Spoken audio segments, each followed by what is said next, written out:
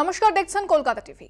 দিনভর ঘটে চলেছে নানান খবর, আর সেই সব খবর গতির সঙ্গে পাল্লা দিয়ে জায়গা করে নিচ্ছে শিরোনামে। সেই সমস্ত খবর নিয়ে আমি ইন্দ্রাণী শুরু করছি 15-15-5। আর প্রথমেই নজর রাখবো হেডলাইন্সে। গরু পাচার মামলায় অনুব্রতকে তলব সিবিআই। নিজাম প্যালেসে যাওয়ার পথে শ্বাসকষ্ট। এসএসকেএমের উডবান ওয়ার্ডে ভর্তি অনুব্রত।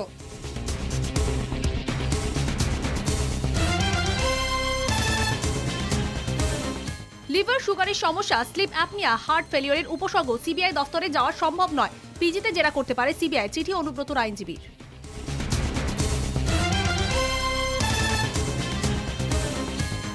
ঝালদায় তপন কান্দু খুনের নয়া মোড়। তপন কান্দুর ঘনিষ্ঠ বন্ধু নিরঞ্জন বৈষ্ণবের রহস্য মৃত্যু। ঘর থেকে উদ্ধার ঝুলন্ত দেহ, উদ্ধার সুইসাইড নোট।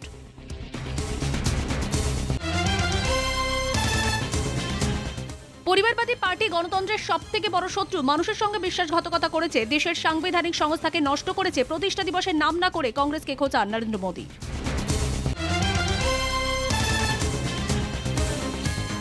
ফের প্রকাশ্য আল কায়দা প্রধান আয়মান আল জওহিরির ভিডিও বার্তা। হিজাব ইস্যুতে কর্ণাটকের মুসলিম ছাত্র মুসকান খানের প্রশংসা। কবিতা লিখলেন জওহিরি।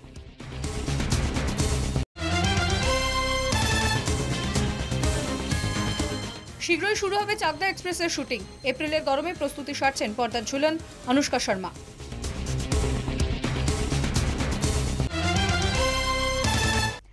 এবার চোখ রাখবো প্রথম 15টি খবরে।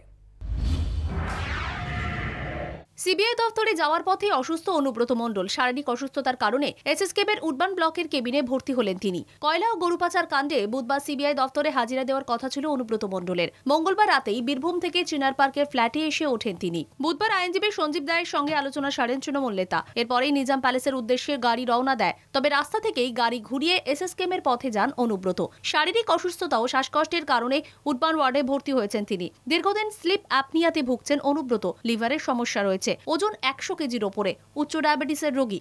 এছাড়াও প্রবল শ্বাসকষ্টের সমস্যা রয়েছে তার। কিছুদিন আগেই এসএসকেএমে তার একটি অস্ত্রোপচার হয়েছে। প্রতিদিন প্রায় 20টি করে ওষুধ খেতে হতো। অনুব্রত মণ্ডলকে দেখছেন মেডিসিন বিভাগের চিকিৎসক সৌমিত্র ঘোষ, চেস্ট বিভাগের প্রধান চিকিৎসক সোমনাথ কুণ্ডু।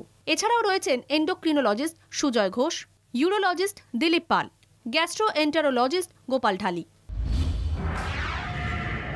মঙ্গলবারই ভবিষ্যৎবাণী করেছিলাম অনুব্রত মণ্ডল এসএসকেএমে যাবেন। বুধবার সত্যি সিবিআই হাজিরা এড়িয়ে এসএসকেএমে ভর্তি হলেন তিনি।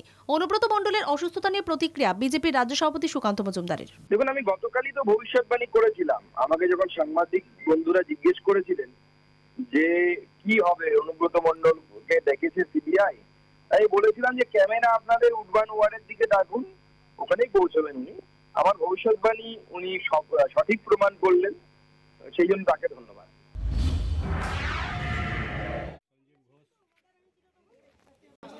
বন্ধু বান্ধব ও দলীয় কর্মীদের সঙ্গে শান্ত ভ্রমণের সময় আততায়ীর গুলিতে খুন হন ঝালদার কংগ্রেস কাউন্সিলর তপন কান্দু। গত 13ই মার্চের ওই ঘটনার সময় নিহতের ভ্রমণ সঙ্গী ছিলেন নিরঞ্জন বৈষ্ণব, পেশায় গৃহশিক্ষক। সকাল সন্ধে ছাত্র পড়িয়েই দিন কাটত। এহেন পড়াশোনার মধ্যে থাকা নিরঞ্জন দিনের আলোয় চোখের সামনে বন্ধু তপনকে রক্তাক্ত অবস্থায় লুটিয়ে পড়তে দেখে নিজেকে আর ধরে রাখতে পারেননি। চলে গিয়েছিলেন মানসিক অবসাদে। তারপর বুধবার নিজের বাড়িতেই মেলে তার ঝুলন্ত দেহ, সঙ্গে সুইসাইড নোট। দাদা বৌদির সংসারে থাকতেন অবিবাহিত নিরঞ্জন। দিনভর টিউশনি করেই সময় কাটত। চোখের সামনে তপনকে খুন হতে দেখার পরে নাওয়া খাওয়া তো বটেই, এমনকি টিউশনিও বন্ধ করে দিয়েছিলেন বলে জানিয়েছেন মৃতের দাদা নেপাল বৈষ্ণব। ভাইয়ের অকাল মৃত্যুতে মানসিক অবসাদের পাশাপাশি পুলিশের চাপকেও দায়ী করেছেন তিনি। সকাল থেকে থমথমে ঝালদা। পুরো এলাকায় 12 ঘন্টা বন্ধ চলছে। মঙ্গলবার ঝালদা পুরসভার শপথ গ্রহণের দিন কালা দিবসের ডাক দিয়েছিল কংগ্রেস। সেদিন পুরসভায় মিছিল করে আসেন কংগ্রেসের কর্মী সমর্থকরা। মিছিল পুরসভার গেটের কাছে আসতেই পুলিশের সঙ্গে ধস্তাধস্তি হয় তাদের। কংগ্রেসের দাবি, সে সময় মিছিলে যোগ দেওয়া মহিলা কর্মীদের শ্লীলতাহানি করা হয়। তারই প্রতিবাদে এবং নিহত কাউন্সিলর তপন কান্দু স্ত্রী পূর্ণিমা কান্দুকে হেনস্থার প্রতিবাদে 12 ঘন্টা ঝালদা বন্ধের ডাক দিয়েছে কংগ্রেস। সকাল থেকে পুরো এলাকায় বন্ধ সর্বাত্মক। রাস্তায় যান চলাচল করছে না, দোকানপাট বন্ধ। বন্ধ রয়েছে পুরুলিয়া রাঁচি বাস চলাচল। বুধবার কংগ্রেসের পক্ষ থেকে মহিলা কর্মীরা পুরুলিয়া রাঁচি রাজ্য সড়ক অবরোধ করেন। রাস্তায় বসে বিক্ষোভ দেখান ছিলেন পুরসভার 12 নম্বর ওয়ার্ডের কাউন্সিলর পূর্ণিমা কান্দুও। বন্ধের দিনও তপন কান্দু হত্যার সঙ্গে জড়িত দোষীদের শাস্তি গ্রেফতারের দাবিতে সোচ্চার কংগ্রেস কর্মী সমর্থকরা। মৃত্যু নিয়ে রাজনীতি করছে বিরোধীরা, একজোট হয়ে তৃণমূলের বদনাম করার চেষ্টা করছে। ঝালদায় তপন কান্দুর সঙ্গী খুন প্রসঙ্গে মন্তব্য তৃণমূল মুখপাত্র কুণাল ঘোষের। আমরা এই ধরনের মৃত্যু এবং মৃত্যু নিয়ে রাজনীতির তীব্র বিরোধিতা করছি। যিনি আত্মহত্যা করেছেন তার আত্মহত্যা না করলেই ভালো হতো।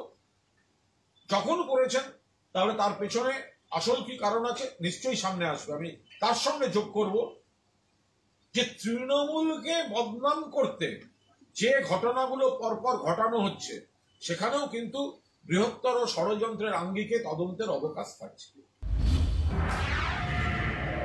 বেসরকারি স্কুল ফি মামলায় আদালতের নির্দেশে কিছুটা ব্যাকফুটে শিক্ষা প্রতিষ্ঠানগুলি।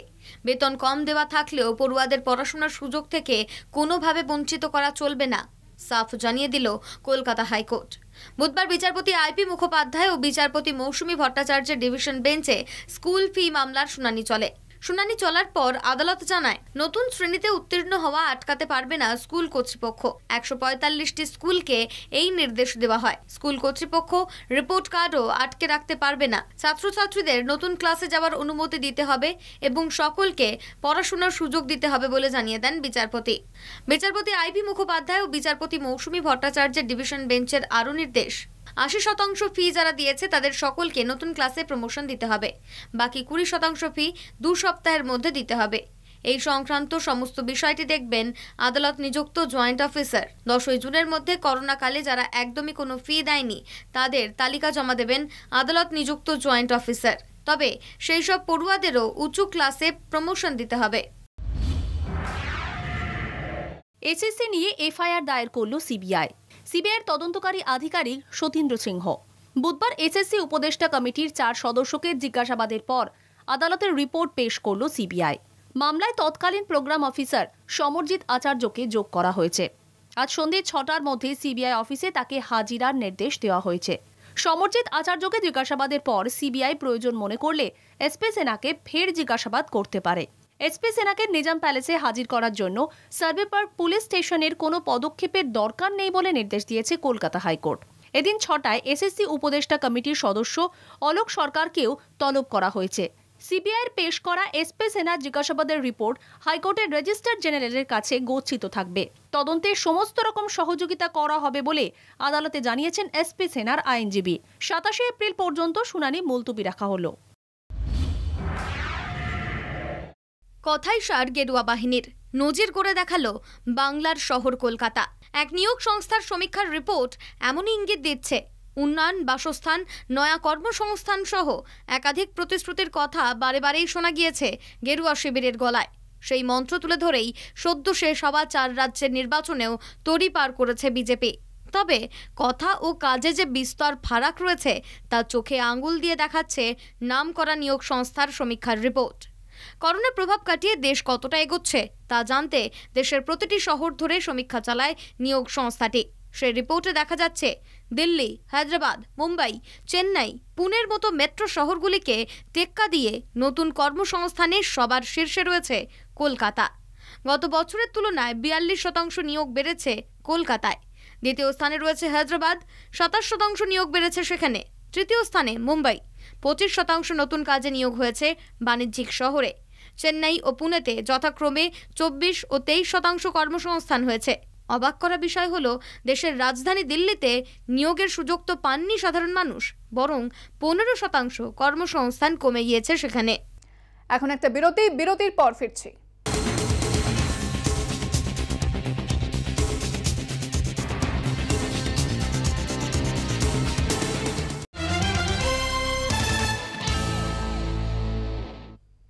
ফিরে এলাম বিরতির পর। যে খবরের দিকে নজর রাখবো, কালীঘাটে পুজো দিতে গিয়েছিলেন রাজ্যপাল জগদীপ ধনখড় এবং কালীঘাটে গিয়ে পুজো দিলেন সস্ত্রীক রাজ্যপাল জগদীপ ধনখড়। পুজো শেষে তিনি ঠিক কি জানিয়েছেন শুনবো।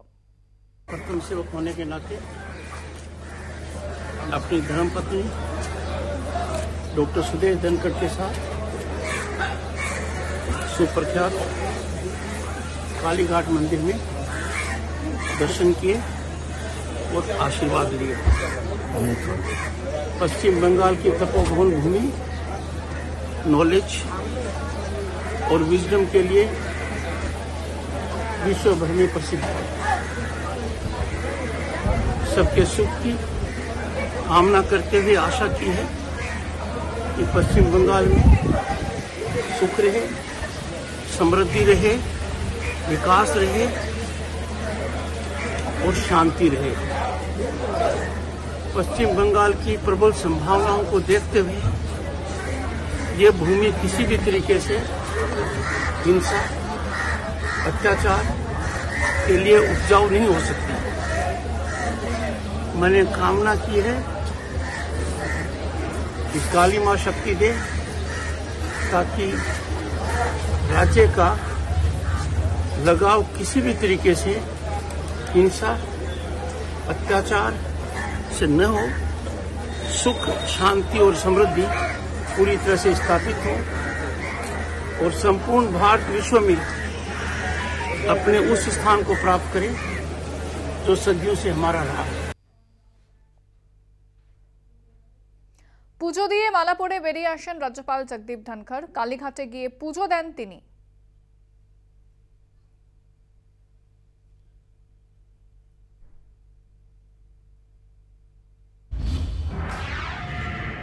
ফৌজদারি কার্যবিধি শনাক্তকরণ বিলটি বুধবার রাজ্যসভায় পেশ করার সময় আপ সাংসদ সঞ্জয় সিং এর প্রশ্নের জবাবে গুজরাতের প্রসঙ্গ উঠলে খানিকটা তির্যক সুরে অমিত শাহ বলেন, বাংলায় গেলে কিন্তু প্রাণ সংশয়ের সম্ভাবনা রয়েছে। এরপর কড়া ভঙ্গিতে রাজনৈতিক আক্রমণে যান কেন্দ্রীয় স্বরাষ্ট্রমন্ত্রী। তার অভিযোগ, 2019 সালে কলকাতায় নিজের রোড শো চলার সময় তাকে লক্ষ্য করে আগুনের গোলা ছোড়া হয়, আর 2021 সালে বিজেপির সর্বভারতীয় সভাপতি জেপি নাড্ডার গাড়িতে হামলা চালানো হয়। ওই বিল নিয়ে আলোচনার ফাঁকে তৃণমূল সাংসদ সুখেন্দু শেখর রায়ের সমালোচনা করতে গিয়ে ফ্যাসিজমের প্রসঙ্গ টেনে আনেন। জবাবে কেন্দ্রীয় স্বরাষ্ট্রমন্ত্রী বলেন, ফ্যাসিজম নিয়েও কোনো আলোচনা অন্তত আপনাদের না করাই ভালো, কারণ বাংলায় ফ্যাসিস্ট শব্দটির অর্থ অন্য পর্যায়ে নিয়ে যাওয়া হয়েছে। আর এত কিছু বলার পরে বাংলা নববর্ষের পরে রাজ্যে আসতে পারেন খোদ কেন্দ্রীয় স্বরাষ্ট্রমন্ত্রী। আর নতুন ওই বিলটি নিয়ে বিরোধীদের আশঙ্কা ভবিষ্যতে নানাভাবে দমনমূলক উদ্দেশ্যে ব্যবহার হতে পারে এই আইন, যা মানবাধিকার এবং গণতান্ত্রিক ব্যবস্থা বজায় রাখার ক্ষেত্রে একটা বড় বাধা হয়ে উঠতে পারে।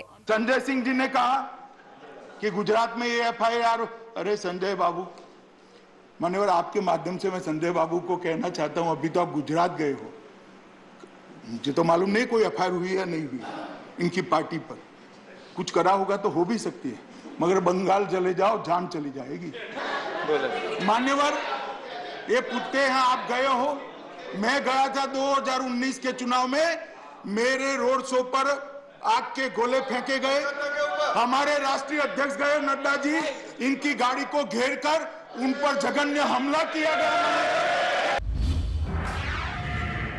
বিজেপির 42তম প্রতিষ্ঠা দিবস, বিজেপি নেতা কর্মীদের বার্তা দিলেন প্রধানমন্ত্রী নরেন্দ্র মোদী। কর্মী সমর্থকদের উদ্দেশ্যে মোদী বলেন, 3 দশক পর বিজেপির রাজ্যসভায় সদস্য সংখ্যা 100 পেরিয়েছে। সংখ্যা বেড়েছে, দায়িত্বও বেড়েছে। দেশবাসীর স্বপ্ন পূরণের প্রতিনিধি বিজেপি। সদ্য হয়ে যাওয়া 5 রাজ্যের ভোটেও সাফল্য পেয়েছে বিজেপি। এর সাফল্যের জন্য বিজেপির নেতা কর্মী সমর্থক প্রত্যেকের ভূমিকা রয়েছে। এদিন রাজনীতিতে পরিবারবাদকেও নিশানা করেন মোদী। বলেন, দেশে দুরকম রাজনীতি চলছে, পরিবারবাদ ও রাষ্ট্রবাদ। কয়েকটি রাজনৈতিক দল রয়েছে যাদের পরিবারের সদস্যরা রাজনীতিতে ছড়িয়ে ছিটিয়ে রয়েছে ও দুর্নীতিতে একে অপরকে সাহায্য করছে। দেশের যুব সমাজকে প্ররোচিত করছে এই রাজনৈতিক দলগুলি। 42তম বিজেপির প্রতিষ্ঠা দিবসে ভাষণ নরেন্দ্র মোদীর। আর মোদীর জ্বালাময়ী ভাষণের সময় সুখনীত রায়, বিজেপি নেতা তারকিশোর প্রসাদ। মোদীর ভাষণ যতই এগিয়ে চলেছে ততই বেড়েছে বিহারের উপমুখ্যমন্ত্রীর নিদ্রার তাল। মাথায় গেরুয়া টুপি, গলায় গেরুয়া উত্তরীয় পরে ভাষণের ছন্দে ঘুমিয়ে গেলেন তারকিশোর প্রসাদ। বেঁচে আছেন আল জাওয়াহিরি। 2020 সালে আল কায়দা প্রধান আল জাওয়াহিরি মারা গেছেন বলে গুঞ্জন ছড়িয়েছিল। এরপর থেকে কোনো সাড়া শব্দও ছিল না জাওয়াহিরির তরফে।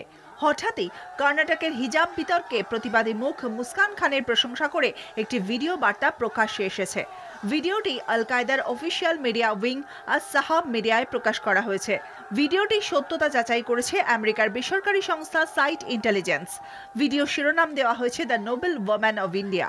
সেখানে কর্ণাটকের উডুপির বিবি মুস্কান জাইনাব খানের ভূয়সী প্রশংসা করা হয়েছে। কর্ণাটকের হিজাব বিতর্কের মধ্যেই সামনে আসে মুস্কান জাইনাব খানের প্রতিবাদ। কর্ণাটকের মান্ডার পিএস কলেজের ছাত্রী মুস্কান হিজাব পরে কলেজে ঢোকার মুখে বাধা পেয়ে প্রতিবাদ বিক্ষোভে সামিল হয় পিএফআই নেতা আব্দুল শুকুরের মেয়ে। একদল ছাত্রের জয় শ্রীরাম স্লোগানের জবাবে আল্লাহ আকবার স্লোগান দিয়ে নজর কেড়ে নেয় সে। প্রতিবাদী মুখ হিসেবে প্রতিষ্ঠা পায় জাইনাব। এবার তার প্রশংসায় জাওয়াহিরি। শুধু তাই নয়, আল কায়দা নেতা মুস্কানকে নিয়ে লিখেছেন একটি কবিতাও।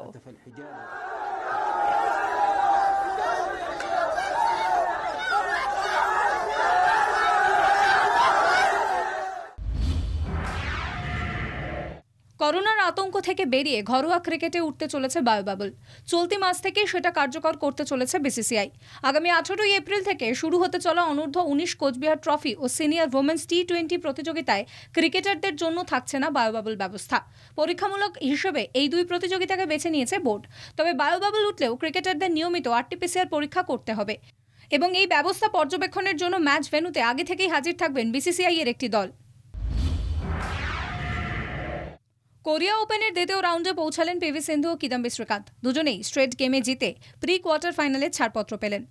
অলিম্পিকে দুবারের পদকজয়ী সিন্ধু হারালেন আমেরিকার লরেন লামকে। অন্যদিকে মালয়েশিয়ার ড্যারেন লিওকে হারিয়ে প্রি কোয়ার্টার ফাইনালে যোগ্যতা অর্জন করলেন কিদাম্বি শ্রীকান্ত। হকি ইন্ডিয়ার প্রেসিডেন্ট নরেন্দ্র বত্রার বিরুদ্ধে 35 লক্ষ টাকা তছরূপের অভিযোগের ভিত্তিতে শুরু সিবিআই তদন্ত। ব্যক্তিগত কাজে হকি ইন্ডিয়া ফান্ডের টাকা ব্যবহার করার জন্য তদন্ত শুরু করে কেন্দ্রীয় তদন্তকারী সংস্থা। ফিফা ফ্রেন্ডলি ম্যাচে জয় দিয়ে শুরু করলো ভারতের মেয়েরা। মিশরকে 0-1 গোলে হারালো আশালতা দেবীরা। বুধবার জর্ডানের ফ্রেন্ডস মোহাম্মদ স্টেডিয়ামে মিশরের বিরুদ্ধে শুরু থেকেই আধিপত্য ছিল ভারতীয় দলের। 30 মিনিটে ভারতের হয়ে একমাত্র গোলটি করেন প্রিয়াঙ্কা দেবী। ম্যাচের 18 মিনিটে অধিনায়ক আশালতা দেবীর দূরপাল্লার শটে গোলের সুযোগ এসেছিল ভারতের কাছে, কিন্তু জালে বল জড়াতে ব্যর্থ হন অঞ্জু তামাং। আগামী শনিবার জর্ডানের বিরুদ্ধে দ্বিতীয় ম্যাচটি খেলবেন আশালতা দেবীরা।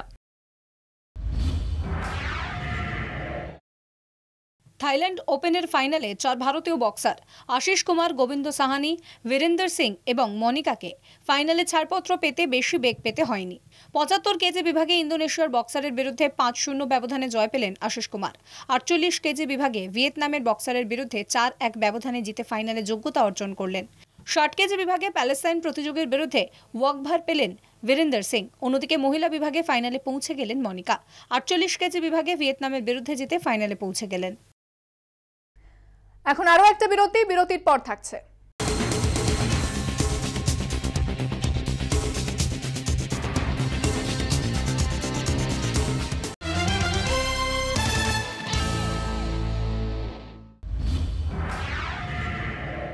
একদিকে যেমন আইপিএলের মঞ্চে জয়ের লক্ষ্যে লড়ছেন বিরাট কোহলি, অন্যদিকে তেমনই মাঠে নেমে নিয়মিত গা ঘামাচ্ছেন অনুষ্কাও। চাকদা এক্সপ্রেসের জোরদার প্রস্তুতি শুরু করে দিয়েছেন বিরাট পত্নী অনুষ্কা।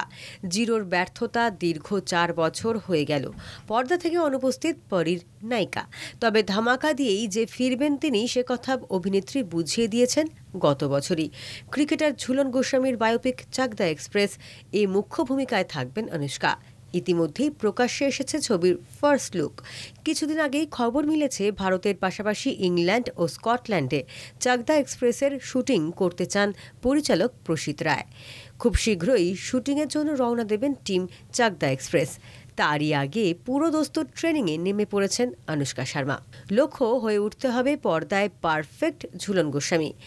ব্যাটিং, বোলিং থেকে ফিল্ডিং সবকিছুই হতে হবে একদম নিখুঁত। এই তপ্ত এপ্রিলেও প্রতিদিন ক্রিকেট প্র্যাকটিস করছেন নায়িকা। পোস্ট প্র্যাকটিস পিক নিজের ইনস্টা স্ট্যাটাসে শেয়ার করলেন অভিনেত্রী।